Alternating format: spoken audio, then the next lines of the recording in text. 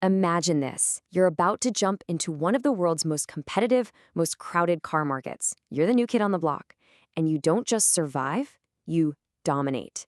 Well, that's not a hypothetical. That's exactly what Kia did in India. Today, we're going to break down their playbook and figure out how they completely rewrote the rules for success. So that's the big question, right? In a market where some of the biggest names in the auto world have struggled for decades, how on earth did a total newcomer not only find its footing, but start thriving almost overnight? Spoiler alert, it wasn't luck. It was a brilliant, calculated playbook that we're about to get into. Okay, let's start with a number that just kind of blows my mind 7%. Right now, Kia holds a stunning 7% of India's entire passenger vehicle market. For a brand that most people in India hadn't even heard of just a few years ago, that figure is, well, it's almost unbelievable. And get this, they did it in just 6 years. They went from zero, literally zero, in 2019 to a major force by 2025. That kind of meteoric rise is practically unheard of in the auto industry. But here's the kicker. What makes this whole story even more insane is that they launched during a massive automotive slowdown.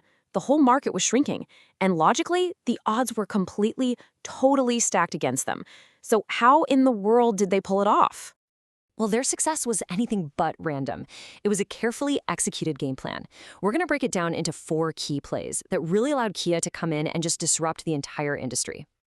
And it all starts with their core idea: movement that inspires. Now, this wasn't just some slick tagline cooked up in a marketing meeting. It was a promise. Instead of being another boring, practical choice, they positioned themselves as an aspirational brand. They went after a new generation of Indian buyers who were hungry for style, for tech, for something different. So their whole strategy can be boiled down to the classic 4 Ps, right? Product, price, place, and promotion.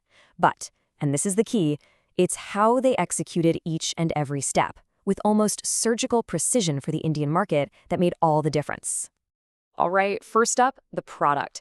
This is where so many foreign brands trip up. They just try to sell their global cars in India. Kia, they did the exact opposite. They built the cars that the Indian consumer was actually dreaming of. They didn't try to compete everywhere. Nope. Instead, they were laser-focused on the hottest categories, SUVs and MPVs. So you got models like the Seltos and the Sonnet, which had these bold, almost aggressive designs that just popped on the road. They packed them with tech features, stuff like connected car apps and advanced driver assistance, things you'd usually find in way more expensive cars. They also made safety a huge priority, which was becoming a really big deal for Indian families. And, this is so crucial, they localized up to 95% of their parts, which kept prices competitive and made sure the supply chain was solid. And hey, the results speak for themselves. The Sonnet and Seltos, their 2 main SUV models, make up the lion's share of their sales. This just proves their laser focus totally paid off. They didn't try to be everything to everyone. They chose to absolutely dominate the segment that mattered most. But you know, having a fantastic product is only half the battle. You've got to price it right. And this is where Kia really outsmarted the competition. Their strategy was simple but absolutely brilliant. Give people a premium experience, but at a price they can actually afford. You got the bold designs, the high-end tech, and they stayed away from those heavy discounts that can make a brand feel cheap. By offering smart financing and just a really strong value-for-money proposition, they made a premium car feel within reach for a whole lot of buyers for the very first time. Think about it. A great car at a great price is useless if nobody can find it to buy it. So Kia went on an absolute expansion blitz. In just a few years, they set up over 700 touchpoints across more than 300 cities.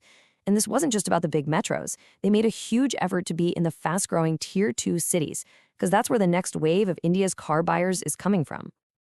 And now we get to the part of the playbook that really, truly set Kia apart from the pack: promotion. While all the legacy brands were still dumping money into TV and print ads, Kia got it. They understood that their target audience, young, urban Indians, lived online. From day one, Kia made a massive bet on digital, putting a whopping 60% of its media budget into online channels. This let them completely bypass the old-school gatekeepers and talk directly to millennials and Gen Z, right where they were already spending all their time. And their digital strategy wasn't just a one-and-done thing. It evolved. They started with big, broad brand-building campaigns. Then they moved on to creating viral hype for specific cars, like the Sonet.